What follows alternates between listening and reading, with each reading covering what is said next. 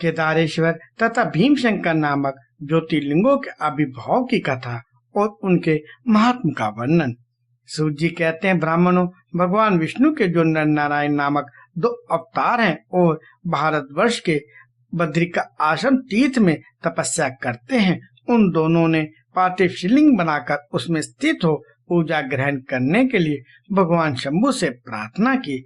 शिव जी भक्तों के अधीन होने के कारण प्रतिदिन उनके बनाए हुए पार्थिव लिंग में पूजित होने के लिए आया करते थे। जब उन दोनों के पार्थिव लिंग पूजन करते बहुत वक्त बीत गया, तब एक समय परमेश्वर शिव ने प्रसन्न होकर कहा, मैं तुम्हारी आराधना से बहुत संतुष्ट हूँ, तुम दोनों मुझसे वर मांगो।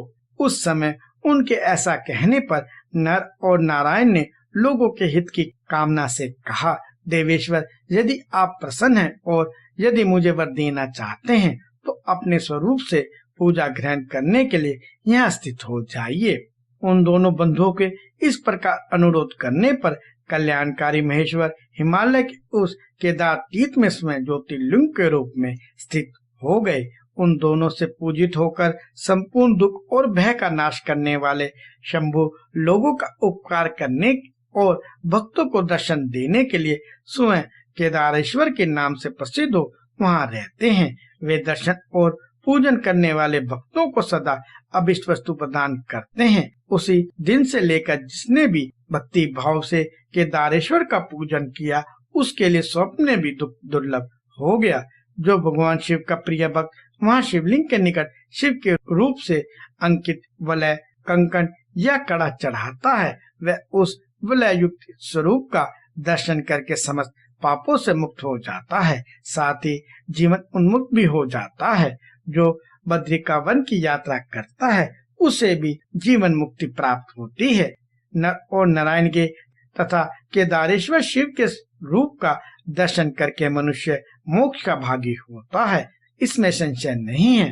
केदारेश्वर में भक्ति रखने वाले जो पुरुष वहां की यात्रा आरंभ करके उनके पास तक पहुंचने के लिए मार्ग में ही मर जाते हैं, वे भी मोक्ष पा जाते हैं। इसमें विचार करने की आवश्यकता नहीं है। केदार तीर्थ में पहुंचकर वहां प्रेम पूर्वक केदारेश्वर की पूजा करके वहां का जल पी लेने के पश्चात मनुष्य का फिर जन्म नहीं होता। ब्राह्मणों, इस भारतवर्ष में संपूर्ण जीवों को भक्ति भाव से भगवान नर नारायण की तथा केदारेश्वर शंभु की पूजा करनी चाहिए। अब मैं भीमशंकर नामक ज्योतिर्लिंग का महात्म कहूंगा। कामरूप देश में लोक हित की कामना से साक्षात भगवान शंकर ज्योतिर्लिंग के रूप में अवतीर्ण हुए थे। उनका वह स्वरूप कल्याण और सुख का आश्रय है। ब्राह्मणों, पूर्व काल में एक महापराक्रमी राक्षस हुआ था जिसका नाम भीम था। वह सदा धर्म का विध्वंस करता और समस्त प्राणियों को दुख देता था। वह महाबली राक्षस कुंभकर्ण के वीर्य और करकटी के गर्भ से उत्पन्न हुआ था तथा अपनी माता के साथ स्वयं पर्वत पर निवास करता था। एक दिन समस्त लोगों को दुख देने वाले भयानक पराक्रमी दुष्ट भीम ने अपनी माता से पूछा, माँ, मेरे पिताजी कहाँ हैं? तुम अकेली क्यों रहती हो? मैं यह सब जानना चाहता हूँ, अतः यथार्थ बात बताओ। करकटी बोली, बेटा, रावण के छोटे भाई कुंभकर्ण तेरे पिता थे। भाई सहित उस महाबली वीर को श्री राम ने मार डाला। मेरे पिता का नाम करकट और माता का नाम पुष्कसी था। विराट मेरे पति थे जिन्हें पूर्व काल में राम ने मार डाला। अपने प्रिय स्वामी के मारे जाने पर मैं अपने माता पिता के पास रहती थी। एक दिन मेरे माता पिता अगस्त्य मुनि के शिष्य को अपना आहार बनाने के लिए गए। वे बड़े तपस्वी और महात्मा थे। उन्होंने कुपित होकर मेरे माता पिता को भस्म कर डाला। वे दोनों मर गए। तब से मैं अकेली होकर बड़े दुख के साथ इस पर्वत पर रहने लगी। मेरा कोई अवलंब नहीं रह गया। मैं असहाय और दुख से आतुर होकर यहाँ निवास करती थी। इसी समय महान बल पराक्रम से संपन्न राक्षस कुंभकर्ण, जो रावण के छोटे भाई थे, यहाँ आए। उन्होंने बलात् मेरे साथ समागम किया। फिर वे मुझे छोड़कर लंका चले गए। तत्पश्चात तुम्हारा जन्म हुआ। तुम भी पिता के समान ही महान बलवान और पराक्रमी हो। अब मैं तुम्हारा ही सहारा लेकर यहाँ कालक्षेप करती हूँ। सूत जी कहते हैं, ब्राह्मणों, करकटी की यह बात सुनकर भयानक पराक्रमी भीम कुपित हो यह विचार करने लगा कि मैं विष्णु के साथ कैसा बर्ताव करूं। इन्होंने मेरे पिता को मार डाला, मेरे नाना नानी भी उनके भक्त के हाथों से मारे गए, विराट को भी इन्होंने ही मार डाला और इस प्रकार मुझे बहुत दुख दिया। यदि मैं अपने पिता का पुत्र हूँ तो श्री हरि को अवश्य पीड़ा दूंगा। ऐसा निश्चय करके भीम महान तप करने के लिए चला गया। उसने ब्रह्मा जी की प्रसन्नता के लिए 1000 वर्षों तक महान तप किया। तपस्या के साथ साथ वह मनी मन इष्ट देव का ध्यान किया करता था। तब लोक पितामह ब्रह्मा उसे वर देने के लिए गए और इस प्रकार बोले। ब्रह्मा जी ने कहा, भीम मैं तुम पर प्रसन्न हूँ, तुम्हारी जो इच्छा हो उसके अनुसार वर मांगो। भीम बोला, देवेश्वर कमलासन, यदि आप प्रसन्न हैं और मुझे वर देना चाहते हैं तो आज मुझे ऐसा बल दीजिए जिसकी कहीं तुलना ना हो। सूजी कहते हैं, ऐसा कहकर उस राक्षस ने ब्रह्मा जी को नमस्कार किया और ब्रह्मा जी भी उसे अभिष्ट वर देकर अपने धाम को चले गए। ब्रह्मा जी से अत्यंत बल पाकर राक्षस अपने घर आया और माता जी को प्रणाम करके शीघ्रता पूर्वक बड़े गर्व से बोला, माँ तुम मेरा बल देखो, मैं इंद्र आदि देवताओं तथा इनकी सहायता करने वाले श्री हरि का महान संहार कर डालूंगा। ऐसा कहकर भयानक पराक्रमी भीम ने पहले इंद्र आदि देवताओं को जीत उन सबको अपने अपने स्थान से निकाल बाहर किया। तदंतर देवताओं की प्रार्थना से उनका पक्ष लेने वाले श्री हरि को भी उसने युद्ध में हराया। फिर प्रसन्नता पूर्वक पृथ्वी को जीतना आरंभ किया। सबसे पहले वह कामरूप देश के राजा सुदक्षिणा को जीतने के लिए गया। वहां राजा के साथ उसका भयंकर युद्ध हुआ। दुष्ट असुर भीम ने ब्रह्मा के दिए हुए वर के प्रभाव से शिव के आश्रित रहने वाले महावीर महाराज सुदक्षिणा को परास्त कर दिया और सब सामग्रियों सहित उनका राज्य और सर्वस्व अपने अधिकार में कर लिया। भगवान शिव के प्रिय भक्त धर्म प्रेमी परम धर्मात्मा राजा को भी उसने कैद कर लिया और उनके पैरों में बेड़ी डालकर उन्हें एकांत स्थान में बंद कर दिया।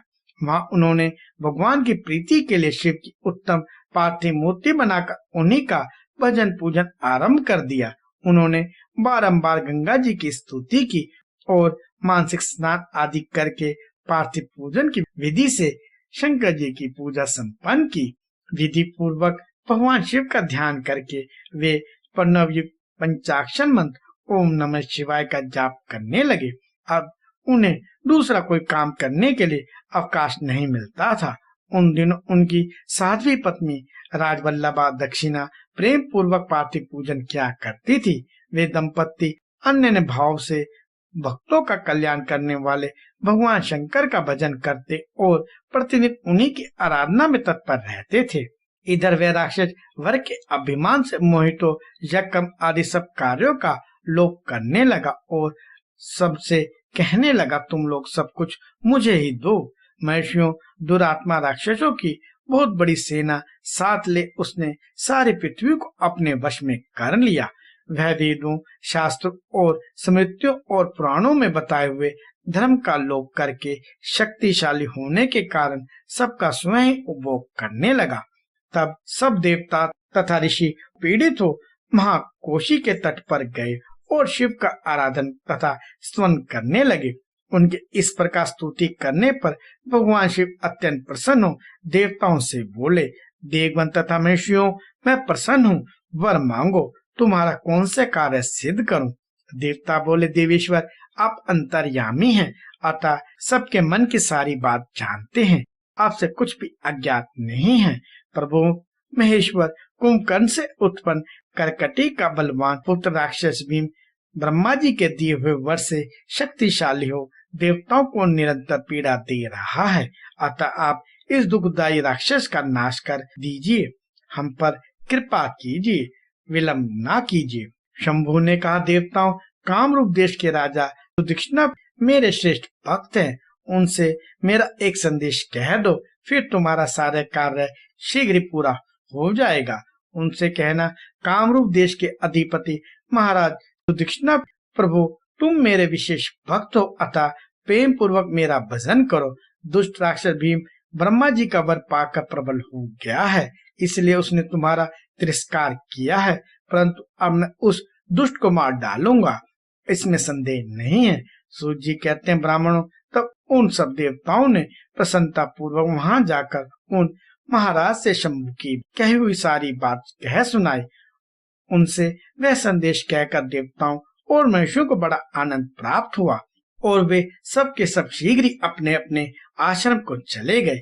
इधर भगवान शिव भी अपने गणों के साथ लोकहित की कामना से अपने भक्त की रक्षा करने के लिए सादर उसके निकट गए और गुप्त रूप से वहीं ठहर गए। इसी समय कामरूप नरेश ने पार्थिव शिव के सामने ध्यान लगाना आरंभ किया। इतने में ही किसी ने राक्षस से जाकर कह दिया कि राजा तुम्हारे नाश के लिए कोई पुरुषन कर रहा है।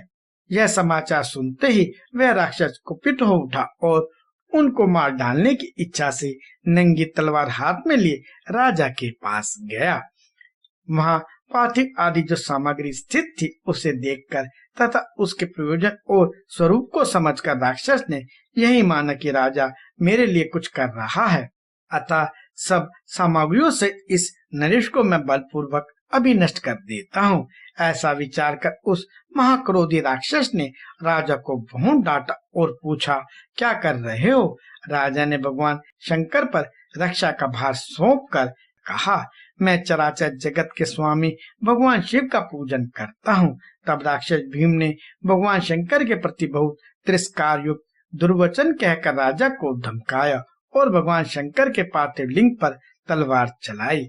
वह तलवार उस पार्थिव लिंग का स्पर्श भी न करने पाई थी कि उससे साक्षात भगवान हर वहां प्रकट हो गए और बोले, देखो मैं भीमेश्वर हूँ और अपने भक्त की रक्षा के लिए प्रकट हुआ हूँ। मेरा पहले से ही यह व्रत है कि मैं सदा अपने भक्त की रक्षा करूंगा, इसलिए भक्तों को सुख देने वाले मेरे बल की ओर दृष्टिपात करो। ऐसा कहकर भगवान शिव ने पिनाक से उसकी तलवार के 2 टुकड़े कर दिए। तब उस राक्षस ने फिर अपना त्रिशूल चलाया, परंतु शंभु ने उस दुष्ट के त्रिशूल के भी सैकड़ों टुकड़े कर डाले। तदंतर शंकर जी के साथ उसका घोर युद्ध हुआ, जिससे सारा जगत शुद्ध हो उठा। तब नारद जी ने आकर भगवान शंकर से प्रार्थना की। नारद बोले, लोगों को भ्रम में डालने वाले महेश्वर, मेरे नाथ आप क्षमा करें। तिनके को काटने के लिए कुल्हाड़ा चलाने की क्या आवश्यकता है? शीघ्र ही इसका संहार कर डालिए। नारद जी के इस प्रकार प्रार्थना करने पर भगवान शंभु ने हुंकार मात्र से उस समय समस्त राक्षसों को भस्म कर डाला। मुने सब देवताओं के देखते देखते शिव जी ने उन सारे राक्षसों को दग्ध कर दिया। तदंतर भगवान शंकर की कृपा से इंद्र आदि समस्त देवताओं और मुनीश्वरों को शांति मिली तथा संपूर्ण जगत स्वस्थ हुआ। उस समय देवताओं और विशेषता मुनियों ने भगवान शंकर से प्रार्थना की कि प्रभु आप यहाँ लोगों को सुख देने के लिए सदा निवास करें। यह देश निंदित माना गया है, यहाँ आने वाले लोगों को प्राय दुख ही प्राप्त होता है, परंतु आपका दर्शन करने से यहाँ सबका कल्याण होगा। आप भीम शंकर के नाम से विख्यात होंगे और सबके संपूर्ण मनोरथों को सिद्ध करेंगे। आपका यह ज्योतिर्लिंग सदा पूजनीय और समस्त आपत्तियों का निवारण करने वाला होगा। सूर्य जी कहते हैं, ब्राह्मणों, उनके इस प्रकार प्रार्थना करने पर लोकहितकारी एवं भक्तवत्सल परम स्वतंत्र शिव प्रसन्नता पूर्वक वहीं स्थित हो गए।